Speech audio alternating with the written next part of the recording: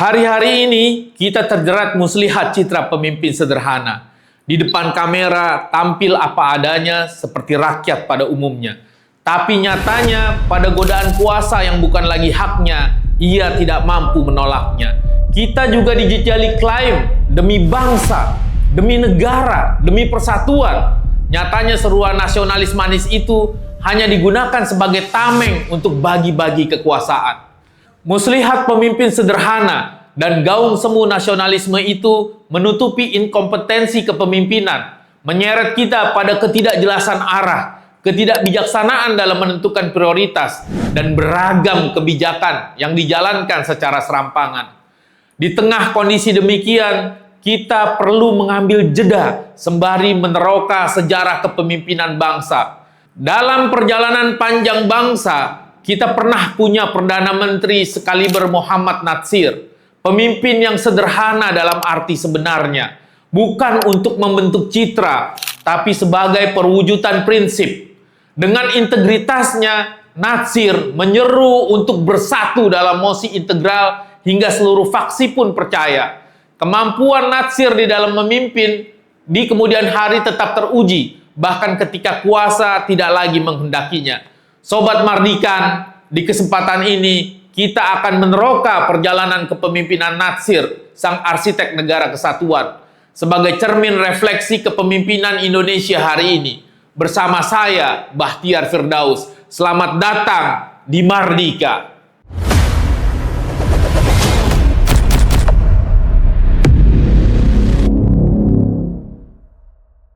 Natsir lahir di Alahan Panjang, Sumatera Barat, 17 Juli 1908. Sejak muda, ia menunjukkan perpaduan langka antara kecerdasan, kedalaman agama, dan semangat belajar yang menyala. Ia menempuh pendidikan di sekolah Belanda, tapi di saat yang sama aktif memperdalam ilmu agama di luar sekolah formal.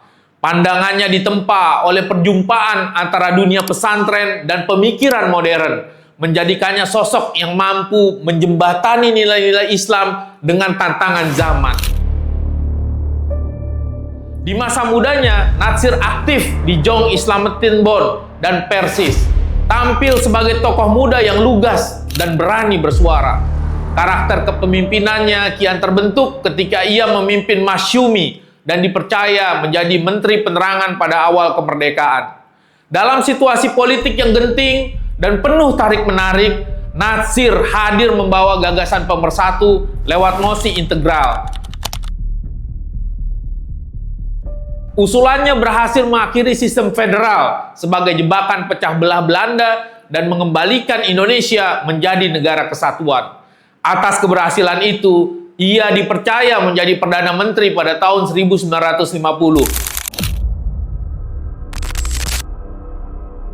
Natsir dikenal sebagai pemimpin yang benar-benar sederhana, bukan karena pencitraan, tapi karena prinsip hidup yang ia pegang teguh. Saat menjabat sebagai Menteri Penerangan dan tinggal di Yogyakarta, ia hidup sangat bersahaja. Profesor George Kahin, Indonesianis terkemuka dari Universitas Cornell, bahkan sempat terkejut ketika bertemu dan melihat Natsir hanya memiliki 2 kemeja lusuh dan jas yang bertambal. Ia tak percaya jika itu adalah tampilan seorang pejabat tinggi. Karena begitu sederhana, staf kementeriannya sampai harus patungan membelikan pakaian demi menjaga wibawa di depan tamu asing. Sikap zuhud itu tetap Natsir pegang saat mundur dari jabatan Perdana Menteri. Dana taktis yang secara aturan boleh ia ambil, justru ia minta serahkan ke koperasi pegawai. Mobil dinas ia tinggalkan di istana, lalu pulang berboncengan sepeda bersama sopirnya ke rumah lamanya di Jalan Jawa. Tak hanya itu, Natsir pernah menolak hadiah mobil mewah dari Raja Faisal dan memilih agar bantuannya diberikan kepada mahasiswa Indonesia saja. Di masa Orde Baru, saat memimpin Dewan Dakwah, ia tetap datang ke kantor mengenakan kemeja bernoda tinta atau batik yang sama selama bertahun-tahun. Ia tidak pernah mengambil keuntungan dari jabatan yang diembannya. Bagi Natsir, menjadi pemimpin berarti menjaga amanah, hidup dalam batas yang wajar, dan tidak mengambil segala hal yang bukan haknya.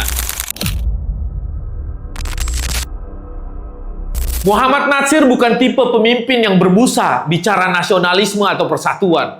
Dalam lakunya, Natsir memperjuangkan kepentingan nasional yang sebenarnya. Ini tercermin dalam usahanya mempersatukan Indonesia kembali melalui mosi integral. Saat itu, setelah pengakuan kedaulatan pada akhir 1949, Indonesia belum benar-benar utuh. Belanda tak benar-benar pergi. Mereka meninggalkan jebakan politik dengan membelah wilayah Indonesia ke dalam bentuk Republik Indonesia Serikat atau RIS. Isinya adalah 16 negara bagian yang lemah dan terpecah. Republik Indonesia hanya tersisa di Yogyakarta dan seolah dikerdilkan. Negara-negara boneka seperti negara Pasundan, Madura, dan Sumatera Timur berdiri sejajar secara hukum dengan Republik. Mereka punya presiden sendiri, kabinet sendiri, dan banyak yang mulai menikmati kekuasaan lokal yang baru terbentuk. Melihat hal ini, rakyat resah. Roda pemerintahan tersendat dan rasa kebangsaan mulai luntur. Namun, mengajak semua kembali ke negara kesatuan bukan perkara mudah. Banyak elit lokal takut kehilangan jabatan jika bergabung kembali. Situasi politik di pusat pun tidak solid. Segalanya buntu. Dalam kebuntuan itulah Natsir melangkah. Kecerdikannya dalam berstrategi dan lobi pun teruji. Satu persatu ia temui tokoh dari berbagai aliran. Dari nasionalis, Islam, Katolik, Kristen, hingga kelompok kiri. Ia membangun kepercayaan sesama, merumuskan titik temu, dan menawarkan solusi konstitusional dengan mengajak semua negara bagian membubarkan diri secara sukarela, lalu bersama-sama membentuk kembali Negara Kesatuan Republik Indonesia. Tidak ada paksaan, tidak ada yang merasa ditundukkan. Pada 3 April 1950, ia berdiri di mimbar parlemen dan menyampaikan gagasan itu dalam pidato yang kemudian dikenal sebagai mosi integral. Seruan itu disambut luas. 11 fraksi mendukung. Daerah-daerah seperti Jakarta dan Sulawesi Selatan langsung menyatakan bergabung kembali. Pemerintah pusat merespon cepat. Tepat pada 17 Agustus 1950, Indonesia kembali menjadi negara kesatuan dan dikenang sebagai proklamasi kedua. Hingga kemudian Bung Karno menunjuk Natsir sebagai Perdana Menteri. Buah kepercayaan dan keberhasilan orkestrasinya untuk mempersatukan Indonesia kembali dalam negara kesatuan. Kemampuan memimpin Natsir benar-benar teruji saat kekuasaan tidak berpihak padanya. Awal 1966, ia bersama para tokoh Masyumi mencoba menghidupkan kembali partai lewat apel besar di Masjid Al-Azhar. Puluhan ribu orang hadir. Tapi Soeharto menolak. Tak hanya Masyumi tetap dilarang, para tokohnya pun dijauhkan dari partai pengganti Parmusi. Natsir tidak mundur. Saat pemerintah kesulitan pinjaman dari Jepang, ia berangkat sendiri ke Tokyo. Bertemu pimpinan Kaidanren, kelompok pengusaha paling berpengaruh di sana. Ia bicara tentang arah Indonesia dan tak lama bantuan pun datang. Tahun berikutnya, ia diminta menjajaki kerjasama dengan negara-negara Arab. Tanpa fasilitas, tanpa janji jabatan, ia tetap jalan. Ia kirim surat ke Kuwait, minta agar dana mereka tidak hanya ditanamkan di Eropa, tapi juga di Indonesia. Hasilnya, Kuwait berinvestasi di sektor perikanan. Natsir tidak menunggu terima kasih. Ia hanya memberikan kontribusi semaksimal dia bisa untuk bangsanya. Setelah Masyumi dibubarkan dan jalan politik tertutup rapat, Natsir tidak melawan dengan amarah. Ia juga tidak memaksa masuk ke panggung kekuasaan yang membatasinya. Ia memilih jalur lain. Tahun 1967, ia mendirikan Dewan Dakwah Islamiyah Indonesia. Kalau dulu kita berdakwah lewat politik, maka sekarang ini kita berpolitik lewat dakwah, ujar Natsir. Disitulah ia mulai membina umat, pelan-pelan, lewat dakwah, pendidikan, kaderisasi, dan penguatan masjid. Natsir sadar bahwa dakwah penting untuk meningkatkan kualitas SDM umat. Maka dakwahnya menggema hingga ke kampus-kampus negeri. Di kemudian hari, generasi muridnya kemudian mendorong terbangunnya masjid kampus, dimulai dari Masjid Salman ITB, lalu meluas ke UI, UGM, IPB, dan kampus negeri lainnya. Tanpa disadari, langkah Natsir memilih ranah dakwah di jalan kultural karena tertutupnya jalur politik struktural justru jadi awal dari meningkatnya kesadaran Islam di kehidupan kita hari ini. Tentu bersama dengan pegiat dakwah di Indonesia lainnya.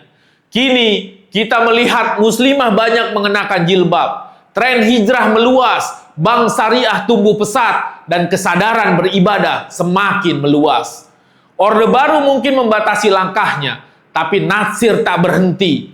Ia hanya mengubah strategi, dan dari situ ia tetap membentuk banyak hal yang hasilnya bahkan bisa kita rasakan sampai hari ini.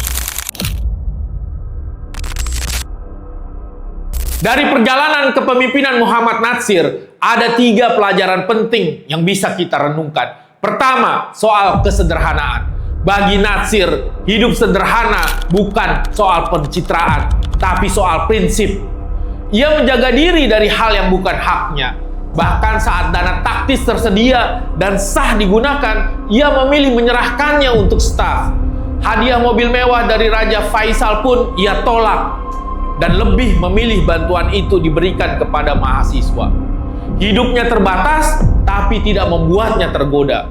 Hari ini, kesederhanaan kadang hanya jadi tampilan luar. Padahal, pemimpin yang benar-benar sederhana bisa jadi penopang moral bagi rakyatnya.